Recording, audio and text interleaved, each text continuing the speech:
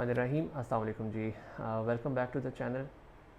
और आज की डिस्कशन स्टार्ट करते हैं। हज़रत मोहम्मद सल्लल्लाहु अलैहि वसल्लम को एक उम्मीद थी हमसे, अपने उम्मती से, कि आप सल्लल्लाहु अलैहि वसल्लम ने फरमाया कि मुझे उम्मीद है कि मेरा उम्मती ये दो काम कभी नहीं करेगा। एक, वो कभी झूठ नहीं बोलेगा, और दूसरा, वो कभी किसी को धोखा नहीं देगा। झूठ और धोखा। तो एक रिक्वेस्ट है आज कि लेट्स प्रॉमिस आज अपने आप से, ज़ाहिर है ये प्रॉमिस हमारा और अल्लाह के दरमियान होगा, आपका और अल्लाह के दरमियान होगा, कि चलें एक ट्राई करें, एटलीस्ट कोशिश करते हैं कि हम आइंदा से फ्रॉम हेयर ऑनवर्ड्स हम कोशिश करें कि हम किसी भी मामलात में अपने झूठ ना बोलें। ठीक, तो झूठ जब नहीं होगा तो फिर ऑटोमेटिकली धोखा भी ख़त्म हो जाएगा। ठीक है जी। तो अब let's come to the topic. आज कोई टॉपिक तो ऐसा उस तरह नहीं सिलेक्ट किया मैंने, लेकिन ये है कि कुछ जनरल अवेयरनेस के लिए बातें थी। 3-4 पॉइंट्स थे जो हम लास्ट वीक मैं और हमारा जो स्टाफ है क्लिनिक में, हम आपस में डिस्कस कर रहे थे कि अच्छा ये बातें अभी किसी वीडियो में कर दें तो बेहतर है। नंबर 1 ये कि बड़ा इम्पॉर्टेंट सफाई के मामले पे क्लिनिक में हमारी कोशिश भी है कि सफाई को मज़ीद इम्प्रूव करें और चीज़ों को मज़ीद बेहतर करें। तो आपने भी इसमें थोड़ा सा ख्याल रखना है। अपनी छोटी छोटी ज़िम्मेदारियाँ हैं ये।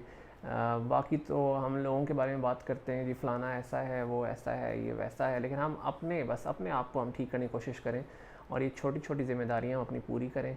तो जब आप क्लिनिक आए होते हैं तो बहुत सारी, अब हमारी क्लिनिक पे 2 टाइम सफाई होती है, एक दफ़ा सुबह होती है, फिर शाम में दोबारा होती है, लेकिन इन बिटवीन जो भी 70-80-100 लोग आते हैं जाते हैं, तो ज़ाहिर है बच्चे बीमार होते हैं, लेकिन समटाइम्स कुछ ऐसी चीज़ें भी हम कर जाते हैं जो हम अवॉइड कर सकते हैं। जैसे मुख्तलिफ रैपर्स हैं जो हम जगह जगह फेंक देते हैं। तो क्लिनिक में जो लोग आते हैं उनको अंदाज़ा होगा कि 3-4 जगह बिन्स पड़ी हुई हैं, तो थोड़ा सा उनका इस्तेमाल करना हम शुरू करें, अपने बच्चों को ये बताना शुरू करें भाई रैपर हैं, इनको हम बिन्स में फेंकें। या बहुत सारे इवन जब मैं अक्सर क्लिनिक से निकल रहा होता हूँ या किस टाइम गुजरना हो, तो पैम्पर्स इवन ऑलमोस्ट डेली, मतलब not one, many times Pampers नज़र आ जाते हैं, तो यूज़ हुए हुए आप ऐसे ही आस पास हम इधर उधर रख देते हैं। तो ये कोशिश करें कि ये चीज़ों को अवॉइड करें। नंबर 2 ये कि अक्सर जब पेरेंट्स आते हैं क्लिनिक पर, बच्चे, ज़ाहिर रश होता है एक तो, उस शोर शराबे में समटाइम्स, बल्कि डेली ऐसा होता है कि बहुत बार हमारे स्टाफ को बच्चों को मना करना पड़ता है। कभी वो बाहर भाग रहे हैं और मदर को पता ही नहीं है, मदर अंदर हैं और बेबी बाहर निकल गया स्ट्रीट में, और इवन 2 बार हमें इस तरह स्ट्रीट में से भी पकड़ के लाना पड़ा। रिसेंटली मुझे याद भी, एक दफ़ा हम इस तरह कैमरे में देखते देखते उनको लेकर आए, वो स्ट्रीट से भी बच्चा बाहर निकल गया था। तो वो ऐसे इधर उधर, फिर एट टाइम्स बहुत सारी जो इक्विपमेंट पड़ा होता है उसको छेड़ने की कोशिश बच्चे करते हैं और पेरेंट्स मना नहीं करते। मैं उस पर बड़ा हैरान होता हूँ। तो discipline is one of a very important thing जो आपको बच्चों को सिखाना है, तो वो उसका भी ख्याल रखना चाहिए। और नंबर 3 ये कि जब किसी बच्चे को कोई ज़्यादा सिक बच्चा आता है जिसको इंजेक्टेबल लगना होता है, इंजेक्शन लगना होता है, तो हमारा स्टाफ भी अक्सर कंप्लेन करते हैं कि भाई मदर्स जो हैं या फादर जो भी बेबी को उस टाइम अपनी गोद में लिटाता है या पास बैठते हैं उनके, वो सही से, अब छोटे बच्चे हैं ज़ाहिर है वो आगे से टांगे बाजू मारते हैं, कोशिश करते हैं भाई ये इंजेक्शन से हम किसी तरह बच सकें।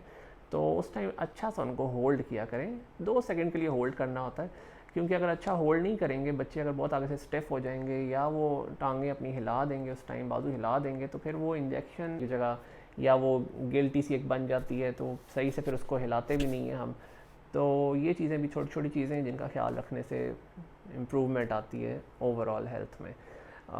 नंबर 4 ये कि मेरे रूम में जब पेशेंट्स आते हैं, जिस टाइम मैं उनको चेक कर रहा होता हूँ, जब मैंने अपने ईयर्स में वो स्टेथोस्कोप लगाई होती है, तो जिसको हम अपने आम ज़बान में, हमारे प्रोफेसर साहब भी कहते थे भाई टूटियाँ जो लगाई होती हैं कानों में, तो जिस टाइम हमने स्टेथोस्कोप लगाई होती है, तो उस टाइम अक्सर जब मैं बेबी को चेक कर रहा होता हूँ तो मेरा ज़रा फोकस होता है उसकी हार्ट बीट सुने, चेस्ट की आवाज़ें सुने। तो उस टाइम भी ऑलमोस्ट 99% लोग जो हैं वो कंटिन्यूसली अपनी प्रॉब्लम्स बताते जा रहे होते हैं। अब मैंने यहाँ स्टेथ्स लगाया हुआ है, कानों में स्टेथ्स लगा हुआ है, और ऑलमोस्ट 70% 80% आवाज़ें हमारी उस टाइम डिम हो जाती हैं आउटसाइड वर्ल्ड की, और सिर्फ वो आवाज़ आ रही होती है जो हम बेबी की चेस्ट पे रख के सुन रहे होते हैं या टमी को टाइम सुनते हैं।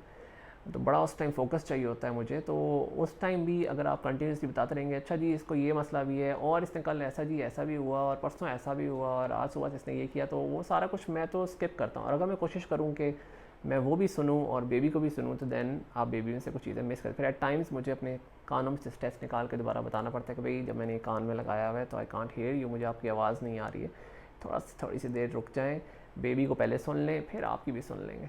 तो ऑन अ लाइटर नोट, उस टाइम ट्राई किया करें कि जब स्टेथ लगी होती है किसी भी डॉक्टर क्लिनिक में, नॉट जस्ट मेरे लिए, हर डॉक्टर जब स्टेथ लगाता है तो उस टाइम आपने कोशिश करनी है कि भाई आप उस टाइम क्वाइट हो जाएं, खामोश हो जाएं, ताकि डॉक्टर जो है पूरी तरह से अपना फोकस कर सकें। ठीक हो गया जी। तो ये 3 4 5 चीज़ें हैं जिनका आपने ख्याल रखना है। और हाँ, एक और चीज़, जब हम ये भी अगेन स्टाफ ने मुझे, हमारे जो स्टाफ काम करते हैं उन्होंने कहा कि जब हम पेशेंट्स को दवाइयाँ समझा रहे होते हैं कि अच्छा भाई अब ये दवाई है, इसको आपने 1 चम्मच सुबह शाम लेना है, ये 3 दिन लेनी है, ये 7 दिन लेनी है, तो उस टाइम ज़्यादातर लोग अपने अपने मोबाइल फ़ोन पे लगे हुए होते हैं। हाँ भाई मैं फ़्री हो गया हूँ, आ जाएँ जी, लेने आ जाएँ, छोड़ने आ जाएँ, पिक करने आ जाएँ, गाड़ी कहाँ खड़ी है। तो उस टाइम ध्यान से ज़रा मेडिसिन को समझ लिया करें। तो ये बहुत ज़्यादा कंप्लेन फिर बाद में एट टाइम्स मेरे फ़ोन पे मैसेज आ रहे होते हैं, जी ये दवाई किस तरह पिलानी, समझ नहीं आई, ओहो हमने तो ऐसे पिला दी, तो ये तो ऐसे पिलानी। तो हालांकि मेडिसिन के ऊपर मार्कर से लिखने की कोशिश भी हमारी पूरी होती है कि मार्कर से लिख के दें कि भाई ये ऐसे पिलानी है, लेकिन वो लिखा हुआ बाद में कभी पढ़ा जाता है कभी नहीं। उस टाइम समझ लिया करें अच्छी, जब आपने दवाई ली है और उसी टाइम स्टाफ से अच्छा सा समझ लें कि कैसे पिलानी है। ना समझ आए 10 बार पूछें। अक्सर मैं पेशेंट्स को कहता भी हूँ जिनकी 3 4 मेडिसिन हो जाती हैं, उनको मुझे लगता है इनको समझ नहीं आ रही, तो अक्सर मुझे कहते हैं कि जी दवाइयाँ दोबारा चेक करानी है नहीं कि नहीं। तो मैं उनको कहता हूँ जी आप बेशक मेडिसिन लें, बाहर काउंटर पे दिखाएं, ना समझ आए दोबारा मेरे से आके पूछें। तो 10 टाइम्स 20 टाइम्स पूछने में कोई हर्ज नहीं, गलती नहीं होनी चाहिए। यही हम अपने स्टाफ को भी कहते हैं। ठीक हो गया। तो इसके अलावा कोई और क्वेरी हो आपको तो do ask in comment section. तो अभी हम नेक्स्ट टॉपिक इंशाल्लाह नेक्स्ट वीक में इसको भी अपलोड करेंगे और भी टॉपिक्स करेंगे इंशाल्लाह। अपना बहुत सारा ख्याल रखें। अस्सलाम वालेकुम।